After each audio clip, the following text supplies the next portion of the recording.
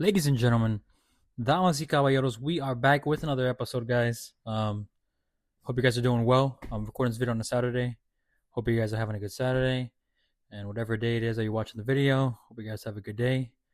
Um, so, hey, chapter 34 Genesis. Let's get into it. So we'll do a little recap. Remember, chapter 33 is whenever Jacob and Esau finally met. Esau never killed him, never tried to attack him. He actually embraced him. He welcomed him. He loved him. No hard feelings over what happened in the past. And then he went back to his land of Seir. He accepted all his gifts from his brother Jacob. And then Jacob stayed in Succoth. Let me see. Let's check it together. Succoth, yes. And then he went towards, stayed in Succoth, made his home in his tent. And yeah, that's pretty much it. So here we are, chapter 34. So let's get into it. Oh, hold on real quick. I'm sorry. And also, too, he went to Hamor,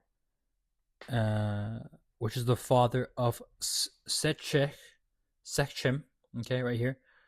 And he went to the city of Shechem, but he went there to go buy the land rightfully. So he's in the land of Canaan.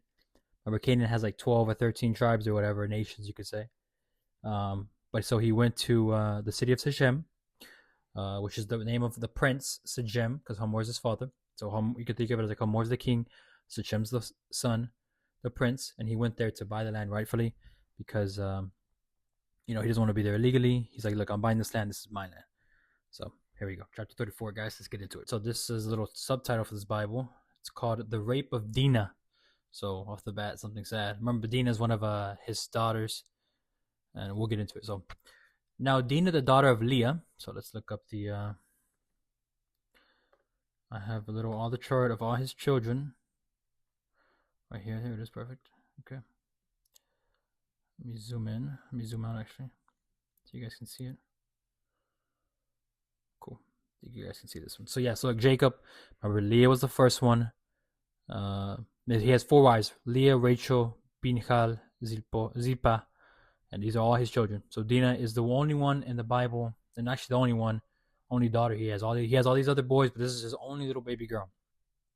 So it says, now Dinah, the daughter of Leah, whom she had borne to Jacob, went out to visit to the woman of the land. So yeah, they're back at Succoth, and Dinah and her mother Leah went out to go meet the woman of the land, probably to socialize, to say, like, guys, how you guys doing? These are our names. This is where we live. Hope everything's okay. Like, pretty much kind of like the same thing with a new family in a new neighborhood, trying to, like, integrate themselves. But it says, and when Shechem, the son of Hamor, the Hivite, because remember that is one of the tribes, you can look at the nations of Canaan. So Hivite, and I have it here in my notes. Here we go. Look, it's Canaan, the land of Canaan. Sidon, Heth, the Jebusites, the Amorites, the Gashites, the Hivites, the Arkites, the Sinites, the Arvadites, the Zemarites, the Hamathites. So these are all, what is it? 1, 2, 3, 4, 5, 6, 7, 8, 9, 10, 11. 11 little mini nations or tribes in the land of Canaan, which is like right over here. I have a little map right there.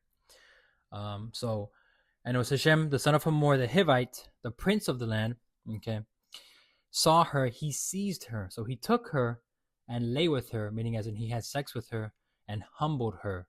And that word humbled pretty much means he violated her, he raped her. Now, when I was reading this, it's like, why would they use humble as describing that word in the Bible? But remember, this was written thousands of years ago, so the way of writing and the way of speaking was a little bit different, and actually kind of a lot different. So, and this actual Bible that I'm reading right now, this is the New Revised Catholic Standard Edition Bible. So, there's multiple different translations and stuff like that. But let's look back at the original, how they wrote it. Chapter 34, and I think, what is that? Verse 2.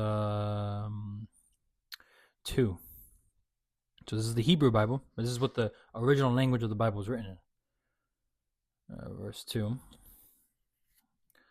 And it says, and when Shechem saw her, the son of Hamor, the Hivite, of the prince Hivite, of the country, then he took her. Cool. Then he took her and lay with her and violated her. So when they're talking about Hamud, they're talking about violated. And we can even look this up.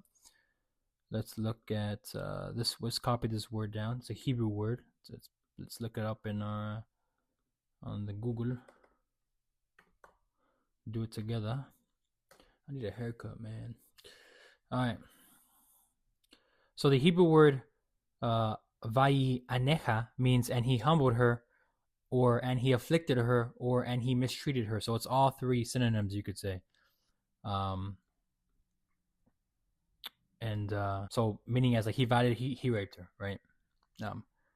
And I, now I'm thinking about like back in the Hebrew, maybe there wasn't a word for rape. It was just saying. Now we have rape, right? Maybe back then it was probably like, oh, he violated her, he humbled her, he afflicted her, and by just saying that, they know that okay, when you say that about a woman, you're probably talking about oh, she got raped or something like that, or he raped her or something. So yeah, so they went out to go. Leah and her daughter Dinah went out to go talk to the woman, try to socialize, and the prince of the land, Shechem, took her, had sex with her, and violated her and raped her. And his soul was drawn to Dinah, the daughter of Jacob. He loved the maiden, he loved the woman, and spoke tenderly to her, meaning as like he spoke really kind to her. So he looked at her, and he said his soul loved her so much, he liked her so much that he took her and raped her and hurt her. So Shechem spoke to his father Hamor, saying, "Look, get me this maiden for my wife." He liked her so much, he was telling his dad, look, typically in the way of it is, my dad will go, he wants his dad to go speak to Jacob to say, like, give me your daughter's hand in marriage. But he kind of did it backwards, right? Because now you're cooked, bro, because you just raped her, you stole her and you raped her. And now you think that your dad talking to Jacob's going to somehow make it okay. Be like, oh, I was going to hurt you, Jacob. Shechem, but because your dad asked me, then it's okay. I will excuse the rape and you stealing her. This guy's stupid. So now Jacob heard that he had so I guess after this happened, probably his Leah went back to the land and told Jacob. So because remember, he took her. So now Jacob heard that he had defiled his daughter Dinah, but his sons were with the cattle in the field. So Jacob held his peace until they came. And Hamor, the father of Shechem, went out to Jacob and speak with him. So I guess once Jacob knew he was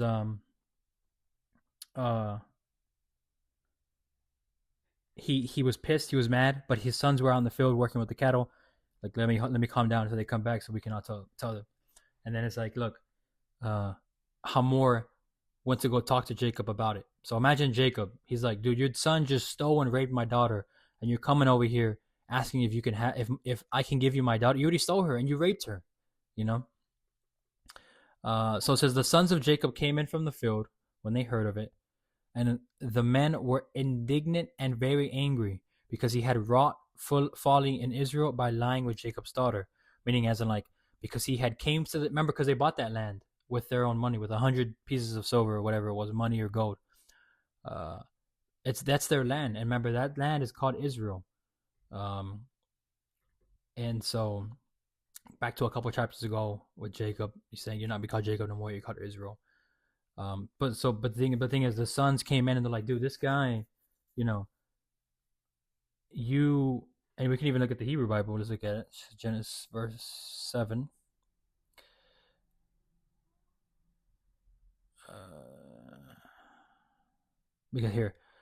Because he had committed an outrage in Israel by lying with the daughter. And right here, if we look back, it says the sons of Jacob came in from the field when they heard of it, and the men were indignant and very angry because he had wrought folly in Israel by lying with Jacob's daughter. So they did them wrong in their land by lying with Jacob's daughter. For such a thing ought not to be done. So they're saying, look, dude, you should not. This is not normal. I don't know how you guys do it. And I don't know how the Hivites do it. Is if you just take a girl, rape her, and then take her, steal her, and then go to the dad and ask for her hand in marriage. And he's like, okay, cool. That's how you do it. Yes, I don't know how y'all do that, but doing it in here in our land, that's not cool. So they were pissed, right? But Hamor spoke with him, saying, the soul of my son Shechem longs for your daughter. I pray you, give her to him in marriage. Make marriages with us. Give your daughters to us, and take our daughters for yourselves. You shall dwell with us, and the land shall be open to you. Dwell and trade in it, and get property in it. So he's saying, look, you guys bought the land. You guys live here now. Let's try to become one people. Take our daughters. We'll take your daughters. Buy our animals. We'll give you some. We'll give you some money for it. We'll take your animals. And he's trying to like promote this idea of like being oneness, but it's kind of thrown out the window because they just took one of their sisters and just raped her and stole her. So Shechem also said to her father and to her brothers, so Shechem told to Jacob and her brothers, saying, let me find favor in your eyes, and whatever you say to me I will give. Ask of me ever so much as marriage present and gift, and I will give according as you say to me. Only give me the maiden to be my wife. So I don't know the balls on this guy. I don't know who this guy thinks he is. I guess he's because a prince. He's probably very arrogant. He thinks that he could do whatever he wants, no repercussions. And I'm sure he's a prince, so I'm sure a bunch of women wanted him, and he probably had sex with a bunch of women. They all gave themselves up. So I guess he thought that these people would be no different, and he's like, yeah, it's okay for me to go and steal her and just rape her and hurt her. I mean, I'm the prince, right? What are they gonna do to me? Like, this is, I don't know. That's what it kind of sounds like, and you can kind of read between the lines. And the audacity of him going to them after he stole her and raped her, and said, "Give me her, whatever you want, I'll give it to you." Like as if like they can't tell me no, right? It's gonna be okay, but we'll see what happens. The ball's on this guy. So the sons of Jacob answered Shechem and his father Hamor deceitfully. So they responded to him, but they're lying to them because remember, they're angry, they're mad, they want vengeance because he had defiled their sister Dinah. They said to them, "We cannot do this thing, to give our sister to one who is uncircumcised, for that would be a disgrace to us. Only on this condition will we consent to you, that you will become as we are, and every male of you be circumcised. Then we will give our daughters to you, and we will take your daughters to ourselves, and we will dwell with you and become one people. But if you will not listen to us and be circumcised, then we will take our daughter and we will be gone." So they responded. Her brothers told him that, look, we'll deal with you, and we'll trade, and we'll take your daughters and you take our daughters, but you just have to be circumcised first. But remember, they're lying to him. And remember, circumcised is one of the ways on how you separate a people from Israel from everybody else. A couple chapters ago. So their words pleased Hamor and Hamor's son Shechem, and the young man did not delay to do the thing, because he had delight in Jacob's daughter. So I guess they're like, oh yes, okay, cool. All we got to do is circumcise all of our men and circumcise our penises, and we're good. Okay, cool. We made a deal. But literally, they know the kids were lying to them. So as the young men did not delay to do the thing, so they hurried back. He's like, okay, we agree. So because he has delight in Jacob's daughter, now he was the most honored of all his family. So they're talking about Shechem, right? Because he's the prince, so he's very well respected. They listen to him. Whatever he says kind of goes. He's the future king. So Hamor and his son Shechem came to the gate of their city and spoke to the men of their city, saying, "These men are friendly with us. Let them dwell in the land and trade in it. And for behold, the land is large enough for them. Let us take their daughters in marriage, and let us give our daughters. Only on this condition will the men agree to dwell with us, to become one people, that every male among us be circumcised as they are circumcised. Will not their cattle, their property, and all their beasts be ours? Only let us agree with them, and they will dwell with us." So they're just saying, look, circumcise yourselves. We're going to all circumcise it so we can become one people. And eventually, they're going to be able to sell to us because we're like them. So we're going to be able to take all their cattle and animals and stuff. And we're going to be able to take their daughters. And they can have some of our daughters. But it's kind of like slowly but surely, they just become like one of us. And all who went out of the gate of the city hearkened to Hamor. So that means like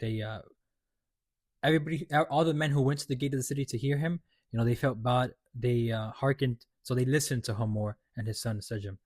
And every male was circumcised, all who went out of the gate of the city. So they listened to their king. They circumcised themselves. So Dinah's brother avenged their sister. So they finally get some revenge. Let's go. So on the third day, when they were sore, so meaning as in like they got circumcised, like they cut off some, like circumcision, you cut off that extra part of the penis, the skin. So it hurts, right? Because these are all fully grown men, like they're babies and stuff. Like They're grown men. They have a lot more skin. It's, you know, so they're in pain, right? So it says on the third day when they were sore. So now I guess maybe like the pain's gone and they're just sore now. Two of the sons of Jacob, Simon and Levi. So let's go back to the map so we can see who Simeon. Yes, here we go. Right here, right. So Simon is from Leah, and Levi is from Leah. So those are her brothers, right? So on the third day, when they were sore now from the circumcision, two of the sons of Jacob, Simon and Levi, Dinah's brothers, right here, Levi and Simon, took their swords and came upon the city unawares. So they came upon the city surprisingly. They didn't announce they're going to go. They did it secretively so nobody could know. And killed all the males. They slew Hamor and his son Shechem. They slew the king and the prince with their sword, and took Dinah out of Shechem's house and went away. Because remember, he took her, he captured her. So they went into the house, killed his dad, killed the prince, took Dinah. And the sons of Jacob came upon the slain and plundered the city, because their sister had been defiled. Because she was embarrassed and she was hurt, right? She was raped. They took their flocks and their herds and their asses and whatever was in the city and in any field. All their wealth, all their little ones and their wives, all that was in the houses, they captured and made their prey. So they took everything, man. They went to the city, they killed all the men. And they plundered, so they stole the city, they stole of all of its animals, all of its food. And it says, so, and when it talks about the little girls and the wives, I think they took them. They never killed them. Because it says they captured and made their prey, meaning as they just captured them. And prey, meaning it, like what's prey? Like something that you want to go get. So they captured and got them. They probably took them back to their land or something like that. But they killed all the men. Then Jacob said to Simon and Levi, "You have brought," this is their dad, "you have brought trouble on me by making me odious to the inhabitants of the land." Now, odious, I have actually looked that up. Yeah, unpleasing, repulsive. Okay. So he's like, So after that happened, Jacob told his sons, "You have brought trouble on me by making me unpleasing. Now nobody's gonna like. I'm gonna be repulsive to them, to the inhabitants of the land, the Canaanites and the Perizzites. My numbers are few," meaning as like I don't have an entire army. It's just me and my wives and my sons. And if they gather themselves against me and attack me, I shall be destroyed, both I and my household. But they said to their dad, "Should he treat our sister as a harlot?" And a harlot is a woman who has many casual and who's many casual sexual encounters. Somebody is like a woman who sleeps around. So he's like, should he treat our sister as a woman who just has sex with any man? Because it's not our sister. Our sister is a virgin and honest and a good girl. He shouldn't be taking her and just sleeping with her like if she's any woman who just sleeps with any man. That's not her. She's a woman who only sleeps with her husband. And you're not her husband. She's not a hoe to be messing around with. And it kind of goes to show too how Jacob kind of is as a man. He's not a very confrontational man. It's another example of proving that, because remember, Jacob wasn't a man who liked to work with his hands. Jacob was a man who liked to be in the house, maybe think a lot, philosophical man, but he never liked to go out hunting. Even when it came back to him staying so long for his daughters, he agreed. He wasn't very too argumentative, because remember, he was with Laban for 20 years. He went back and he remember when he met a Sue, he was kneeling down to him, bowing down to him, calling him my lord. Now here in the land, they took one of his daughters and they stole her and they raped her, and he did nothing, right? His plan wasn't to do. His brothers were the one that went into the city, killed all the men, took all the animals, captured all the women and children, brought them back. It wasn't like Jacob told them to do that. And then now Jacob's responding to them, "You guys have brought me trouble." He's like, now the people in the land are gonna be repulsive of me. And if they come over here and attack me, I have nothing to defend myself, and I'm gonna get killed. All my family and everybody's gonna get killed. So but his sons were the one who responded. Should he be treating our daughter like a hoe? Because she's not a hoe to be treated with. She's a woman who has respect and value. So it kind of goes to show how Jacob is. I don't know, kind of like a little, you know, kind of a soft guy. Kind of a weak man, a little bit. At least when it comes to confrontations. But I don't know. If somebody did that to my daughter, cooked. We're making a plan. We're figuring something out. But yeah, that's pretty much it for the chapter, guys. So hope you guys like it and enjoy it. Hope you guys have a good day. Um, some pretty big stuff, and we learned about, don't, hurt people and rape people, right? But we learned about Jacob and a little bit more of the story. So hope you guys like chapter 34. Come back for chapter 35. Hope you guys have a blessed day.